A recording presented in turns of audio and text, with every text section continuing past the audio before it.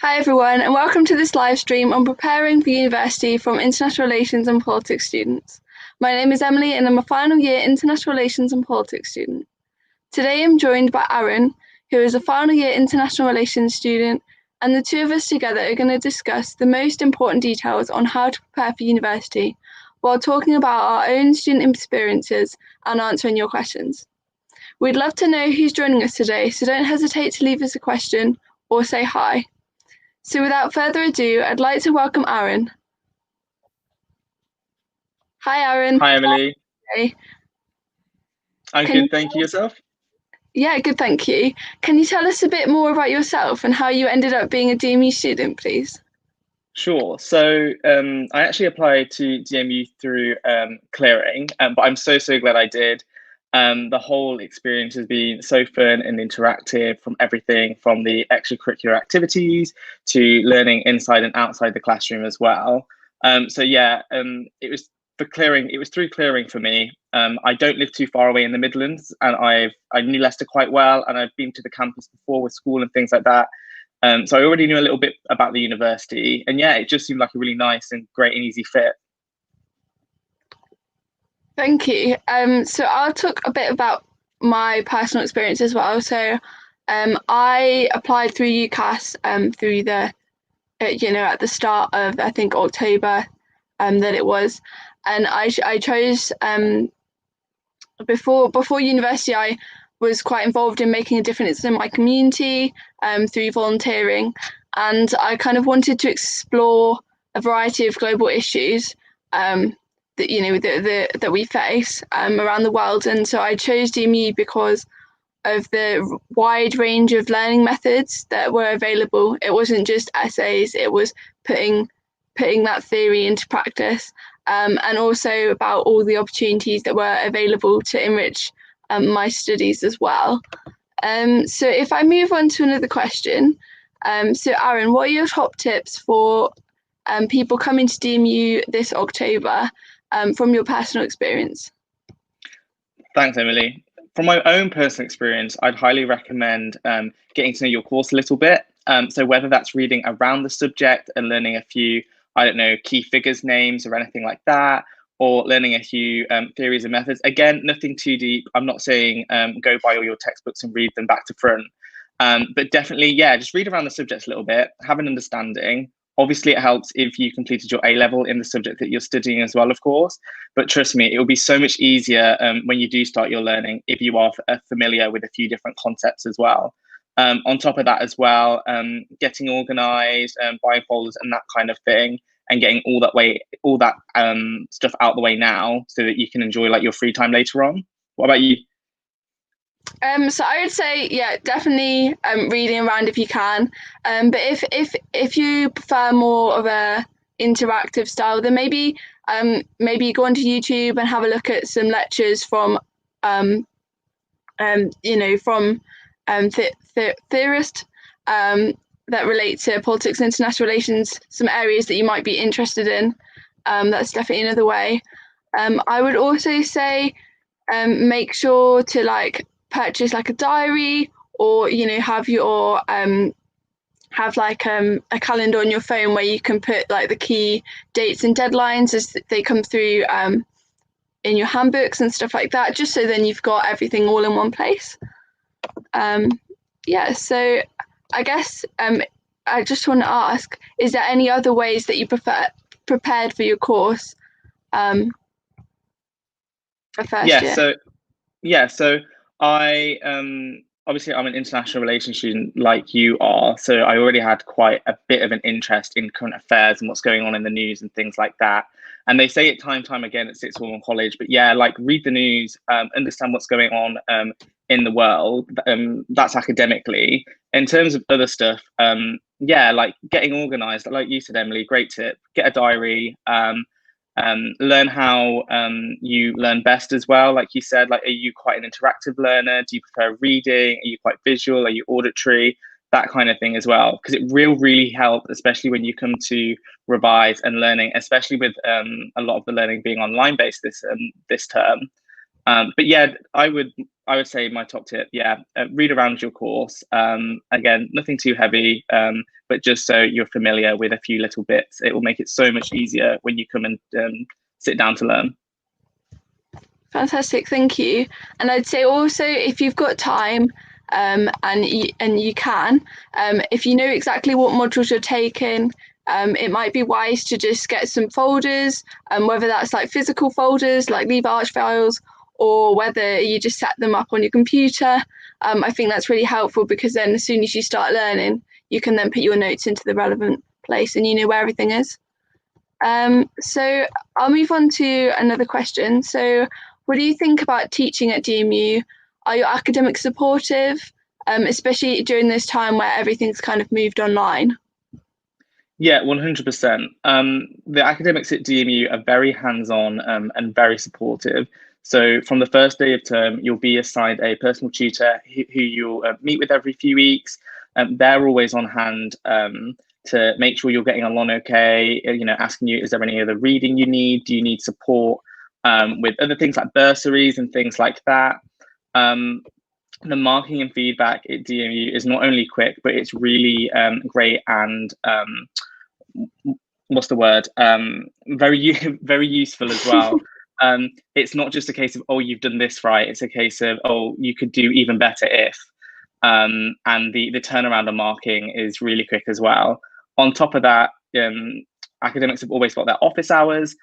So whether that be you physically going to meet them in the office, or you scheduling like an online video call with them, you'll always find your academics office hours in the module handbooks that you'll be directed to when you start term online.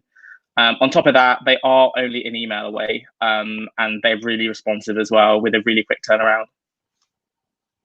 Yeah, I'd have to agree with that. They are really supportive, and I do think it's quite helpful to have the office hours that you can go to them in and ask them questions.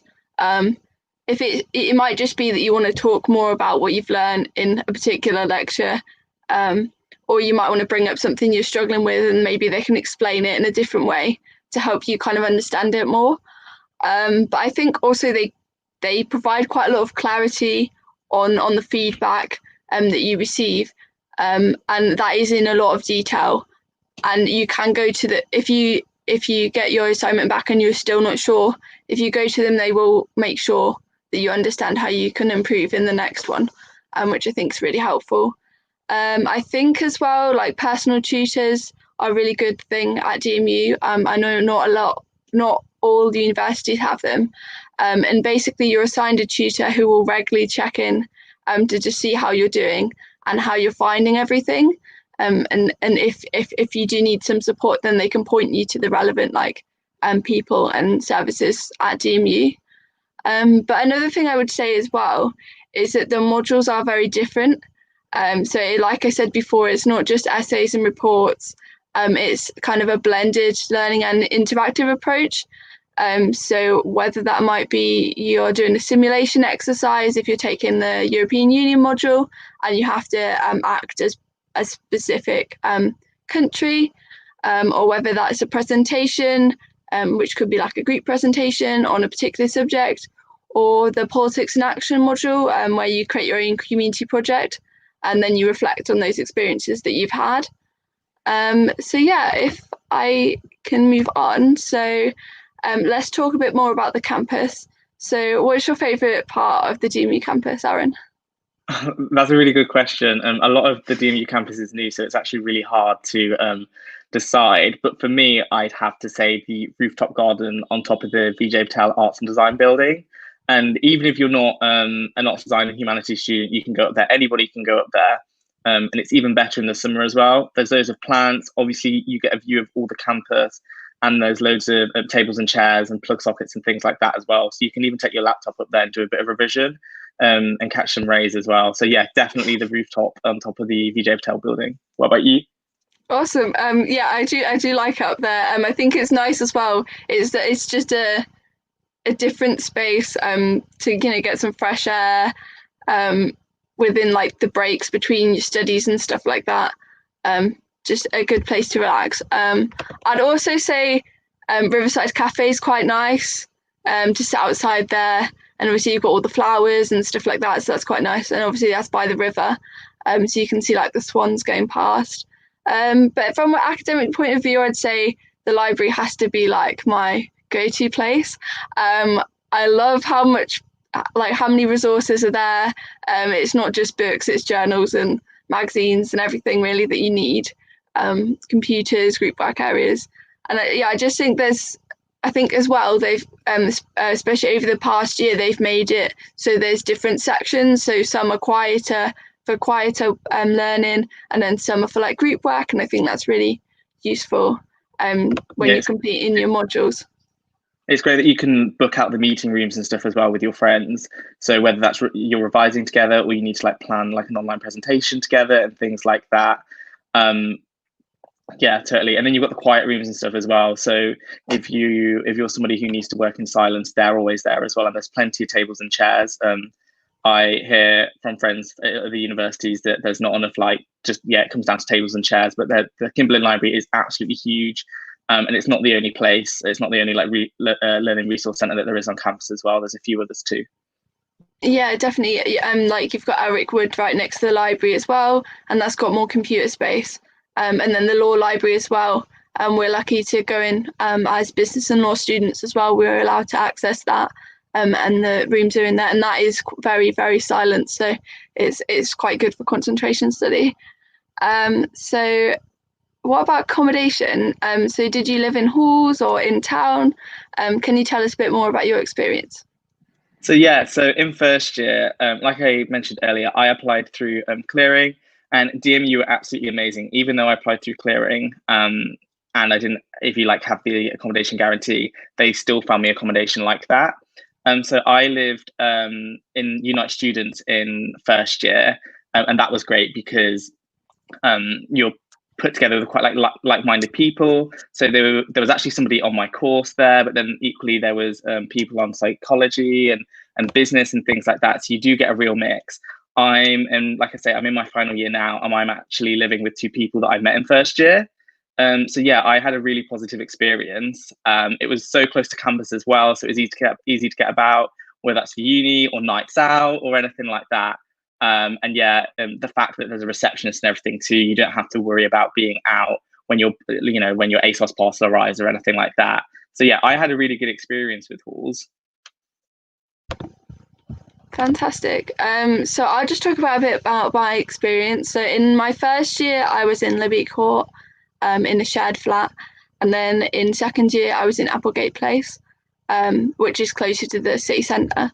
But yeah, I think they were a good place to make new friends other than on your course and in societies. It's just another place that you can get to know people. For the last 2 years, this year and last year, I'll be living in a student house with some friends from my course, which I think is really nice. As we obviously all know each other and we can help each other out if we get stuck on things with assignments. But I think to sum that up really, all the accommodation was quite in close proximity to the campus and also the city centre, within easy walking distance, like 10-15 minutes, if that really, which I think is really nice. So yeah, I guess that nicely brings us on to life in Leicester. So what do you enjoy about the city in general? So Leicester is such an underrated and city with such a great buzz. I think it was actually rated something like the third most affordable student city to live in, which, yeah, so it really helps with the finances for starters, but there is so much to do. Obviously, you've got the High Cross Shopping Centre, which is only about a 10-minute walk away from campus. So no matter where you really live, you're quite close to it. And that has something like 50 shops. And obviously, you've got St. Peter's Square just outside, and you've got all the restaurants like Wagamama's, Nando's, Pizza Express. So it's always really quick and nice and close as well. It's very well lit when you walk up there too. On top of that, you've got the lanes, which have lots of cute little cafes and independent stores and, cute little charity shops and things like that. And it's very underrated for nightlife as well. There's lots of cute little bars, and whether you drink or not, there's a great selection of bits and places to go to.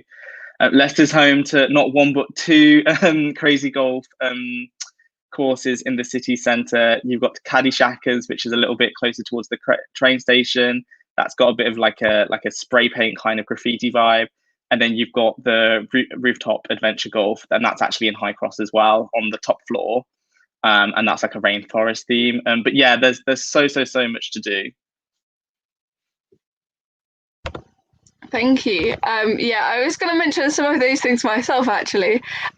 So yeah, like you said, High Cross, the lanes. One of the places I would say, which is quite close to the lanes, is St Martin's Square. There's quite a lot of little coffee shops that have opened up there, and some more independent restaurants as well. So that's a great place to check out. But what I would also say as well is if you're interested maybe in theatre or arts or something like that in your spare time, there's also places that you can go as well. So you've got the Curve, which they have quite a lot of like dance and musical things on quite regularly. But then you've also got the Phoenix Cinema as well, which is about 10-15 minute walk away as well. So nothing's very far. Yeah. So I guess moving on, what are your experiences with societies or any other activities, whether that may be working while you're studying? Yeah, so I really recommend getting stuck in with at least one or two societies in your first year, and really spending your time on one or two and developing your relationship with the people there. So for me in first year, I joined badminton, which was great. I played badminton anyway, not very competitively, I must say. So it was really great to get support from the people there. And again, you have the social element to it as well. We trained at the Queen Elizabeth II Sports Centre, which is just off campus, and again, about a 5-minute walk from campus, so really nice and close. You've also got the Healthy DMU program as well, where you have free access to activities like that. I think badminton's actually part of them, but you have like football and basketball as well. And again, it's not competitive sessions, it's just like, kicking a ball about and things like that. So that's great. On top of that, I joined hockey in second year as well. Never played hockey in my life, so I was a bit like out of my comfort zone, but yeah, made great friends there too. In terms of working, I actually worked part-time at a jeweler's in the city centre.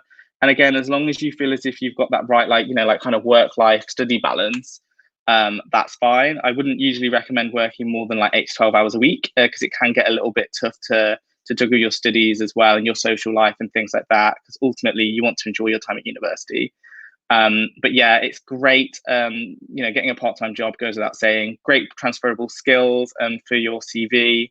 You make friends as well, and it's a nice bit of money in your back pocket as well, whether you're saving or whether you want to go out for a meal kind of thing too, and enjoy Leicester a bit more with your friends. What about you? Yeah, that's great. So I mean, I've been involved in quite a few things. So I'll just mention a couple. So societies wise, I've been involved in DEMA Media. So that's basically all of the student media on campus. So that consists of Demon TV, Demon FM, and the DEMA magazine. So you can go on the radio and speak on a certain topic and discuss things. One of the shows that is particularly good for politics students, I would say, is In Focus. That's a debate and discussion show, and you can debate topical issues. So that's quite fun to be involved in. And also reporting the news is quite fun as well. You never know what you're going to come across to report about campus and also Leicester and the wider area as well. And yeah, I think the Model UN Society is quite good as well if you're looking to go into United Nations jobs and things like that after university. That can build up some of your skills about negotiating and communicating with others, and forming those bonds. So I think that's good as well. And I got to go to Cyprus and debate on the South China Sea. issue, and that was quite a cool experience. I didn't expect to do that. So yeah, and then I guess from a work experience perspective, one of the things which is quite good, because I know Aaron said about limiting the hours that you do between 8 and 12 hours a week, just so you can fit your social life around your studies. Uni Temps is quite good for that. So they offer quite a lot of temporary assignments to fit around your studies. There's also things like brand ambassadors and student ambassadors. So you might come on a talk like this, or do an open day, or do a tour or something like that. And you can represent your course and faculty that way. And then another thing I would suggest is the Frontrunners internship scheme. So they're basically a part-time job. They are a 6-month internship they are 8 hours a week in an area of the university. So that could be your department, your faculty, or, in the Students' Union. There's a wide range all across campus. And for me, that was supporting the politics, people and place department to run their activities and events. And so that was quite cool, because I got an insider view of how the department works. And also I got to speak to more of the academics, which was quite cool, to see what they were researching and what they were working on as well. I think the DMU Global and DMU Local initiatives are great as well. So DMU Local have a lot of projects going on with the local community in and around Leicester city centre. So whether that's working with the homeless or working with in educational institutions like schools. And of course, DMU Global, you get very well priced and often subsidised trips all around the world. But they often tie in with your course. And again, it's all about learning outside the classroom as well as in it. So yeah, 2 other opportunities to check out as well, DMU Local and DMU Global. Yeah, and one thing I would add with DMU Global is that you don't just have to have the international experiences abroad. You can do stuff based on campus as well, but such as learning a language. So you might decide you want to learn Spanish or French or Mandarin, and you've got that opportunity to do that. Or you can also do things like teaching English as a foreign language as a course, which is a bit of online learning and workshop learning as well. But then I think there's also an intercultural awareness course as well. So that might be good as well, to prepare maybe for a trip that you might want to do in the future. So I'd like to move on and talk about the transition of coming to university. So was it easy for you to make new friends, and kind of what tips would you give to students on how and where they can make friends? Yeah, so as I mentioned earlier when we were having a little chat about accommodation, I would definitely recommend, especially in the era of COVID-19 and the like, to make use of what's around you. So whether that's the flatmates in your halls or next door or anything like that. A lot of student accommodations have like a common room. So they'll often host, especially now at the minute, they'll often host movie nights, pizza nights, and things like that. The amount of free pizza I had during first year was absolutely ridiculous, but I'm not going to complain. On top of that, as I mentioned as well, really getting stuck in with societies and choosing 1 or 2 societies to really dedicate a bit of time to and make friendships there. In terms of all that, for me, I made most of my friends choose societies on my course as well. And yeah, making use of what's around you with your student accommodation and going to the events that your student accommodation are going to put on, because they are busier than what you think, and a lot more people turn up than what you think, especially at the minute as well. Everybody's in the same boat.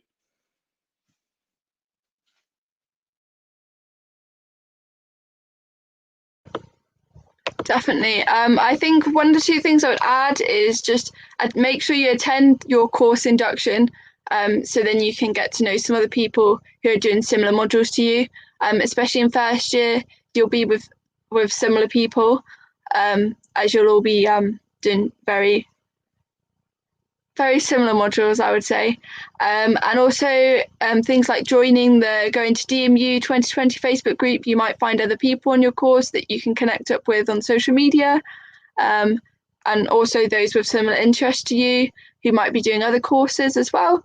And then attend any events that might be held by DMU later on in the year that are linked to your course. So things like Congress to Campus, European Parliament to Campus, and then like things like the local government research centre events and stuff like that, depending on what you're interested in.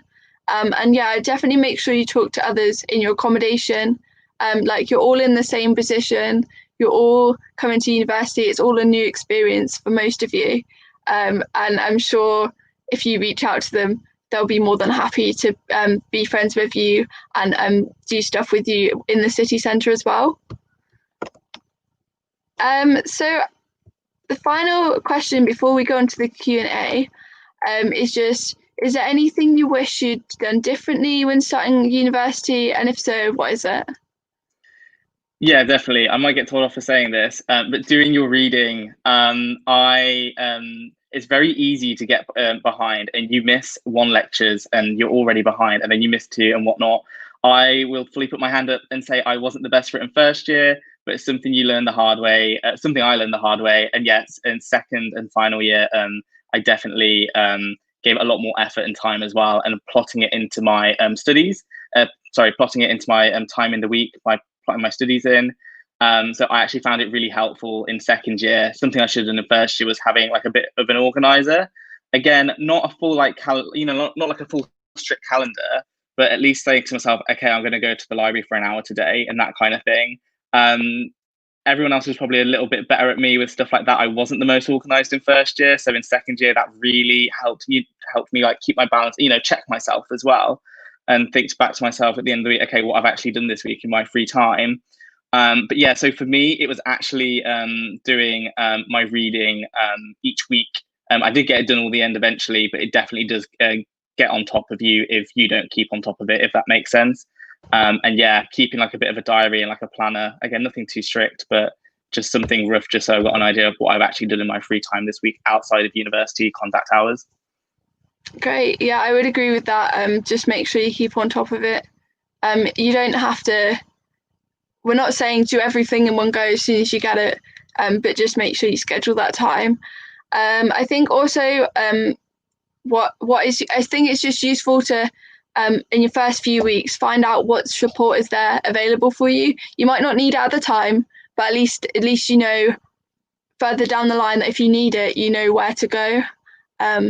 And yeah, and there's so many services there, whether that's mental health support or maybe maybe you just want some advice from the student union or something about what you're doing. So yeah, I think just making sure that it's there really.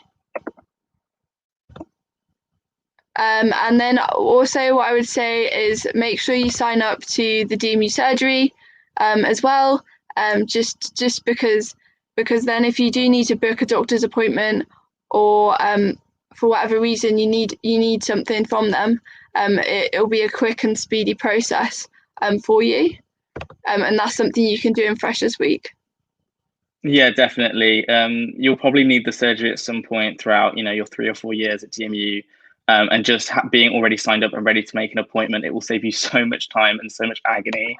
I think I read somewhere like DMU is one of a handful of universities in the whole country with a on-site GP surgery. So definitely make use of it and sign up in your first couple of weeks of being here. Definitely. So I'm going to move on to the Q&A now. Just a few questions. So the first question that I've got is, what are the top things that you'd bring to university?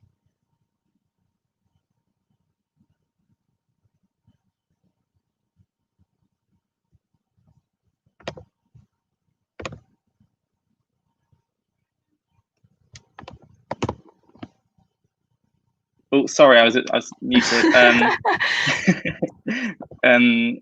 Yeah, so I take the easier out with the first answer and say, obviously, your equipment with your laptop and things like that.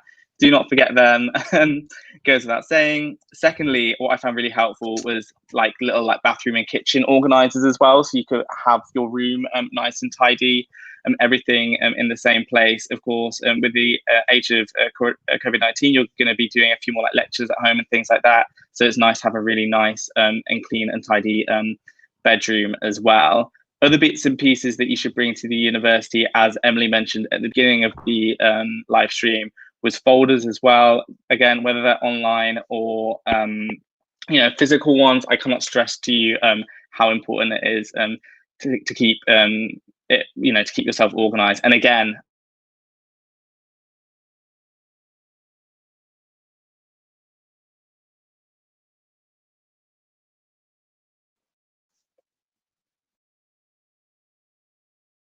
Emily, what about you?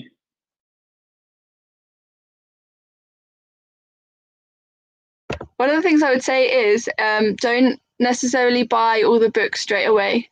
A lot of them you can get online via the university's library service. So yeah, definitely find out what the key ones and then maybe get a couple that you think are going to be most important. But then you can also, they have lots of copies of the same book, especially for the modules in the first year, just because so many people are taking them. So you'll definitely be able to get them out one way or another. Yeah. I would say that everything for now. So how would you spend your free time in Leicester, Aaron? Yeah, so as we both mentioned earlier, there's so much to do, especially when it comes to the city centre. And I think that's one of the great things about DMU is it is literally a 5-10 minute walk away. So in terms of your free time, when it comes to studying things like that, you've obviously got all the great little coffee shops that are dotted around the lanes in St Martin's Square and High Cross and things like that. In terms of other bits and pieces, I love the Crazy Golf in Leicester. I think it's great. I came from like a small little town, so we didn't really have anything like that there. So yeah, definitely make use of that. And then, of course, it goes without saying you've got great shopping and whatnot as well. Emily, you also mentioned, you've got the Curve and things like that, but you've got De Montfort Hall as well, which is only about a 20-minute walk away down towards Victoria Park. They put some great comedy shows on and some great live music events as well. And you've got the O2. You've got the O2 venue as well, just down the road from that as well. So again, you'll have like lots of like bands and music acts. It's only about a 20-minute walk away from campus too, so really nice and close. Yeah, definitely. I think also one of the things that people may not think of as much is places like parks as well. So obviously you've got Castle Gardens, which is literally just like 5 minutes from the university, and things like Abbey Park as well. It is a bit further to walk, but if it's a nice day, it is nice to relax there with all the plants and everything like that they have. And I'd say if you can, visit Bradgate Park as well, because that's really nice with all the deer, and they have a nice little cafe on the side as well, and you can definitely get your steps in there. So yeah, definitely recommend visiting Bradgate Park. So I'm going to move on and say, what is your favourite memory of DMU so far? Oh, that is genuinely a really good question. I'm trying to think now. I think it's probably quite a popular one, but I'd say freshers and making the most of meeting new people. And again, those first few weeks ever of university for me, I thought was great. Again, everybody's in the same boat and nobody really knew each other. But you put into freshers and your university experience in general, what you get out, what you put in. So yeah, making lifelong friends that I've known for like 3-4 years now, friends that I'm living with now in this house. So yeah, definitely like the first few weeks of university, as daunting as they are, they were the best for me. Fantastic. I'd say my favourite memory at DMU has to be being invited to go speak at the UN in New York. That was, I literally got a phone call a week beforehand just saying, oh, like, do you want to do it? And obviously that's something that I wasn't going to turn down. It was amazing. And yeah, if you ever get the opportunity to go on a DMU global trip, I strongly recommend you do so if you can. Yeah, so I think that was kind of as a result of the stuff that I'd done in my previous years of university as well, and how I'd got involved. So the university kind of thought that I was a good person to represent them. So I'd say, yeah, definitely get involved in as much as you can, within the limits that you can still do your studies as well. So I'll just, one last question. So I'll just end with this. So how is public transport in Leicester, and is it easy to travel around the county? Yeah, so I've actually just completed my year in industry in London. So it goes without saying there is a bit of a difference between public transport in London and, you know, bigger cities like Manchester and Birmingham as well, and cities like Leicester. But I think Leicester has great bus services to take you up to places like Bradgate Park and and the campus is about a 15-minute walk away from the train station, so you can get to pretty much anywhere in the East Midlands and the rest of England, whether you go for a day out in Nottingham or that kind of thing. Everything in Leicester is walking distance, and that's why there's not too much public transport in the actual city centre, because there's not really a need for it. You can get one end of the city centre to the other in about 5-10 minutes. So yeah, I think public transport in Leicester is great. A lot of people ride their bikes as well. There's great bike parking facilities. But again, if you don't have a bike, you don't really need it. You can walk anywhere and everywhere. I always walk in and out of town, and always have, because it has been so close. And that's one of the great benefits of going to DMU, is that it's just so close to everything. Definitely, and I think you can hire bikes in the city centre near the town hall anyway, if you did want to do that for a day or two, and that's something that's available. So I'm afraid that is all for today. So I'm gonna finish the live stream there, and I'd just like to say thank you very much for everyone for listening and for all your questions. Just remember that you can connect with on your course to the Applying DMU 2020 group on Facebook. And also, if you want a last virtual look around before you start your course, then book onto our digital open day on Saturday, the 19th of September. So yeah, just best of luck with starting your course in a few weeks' time. And I wish you the best day today. Best of luck, guys. Thank you.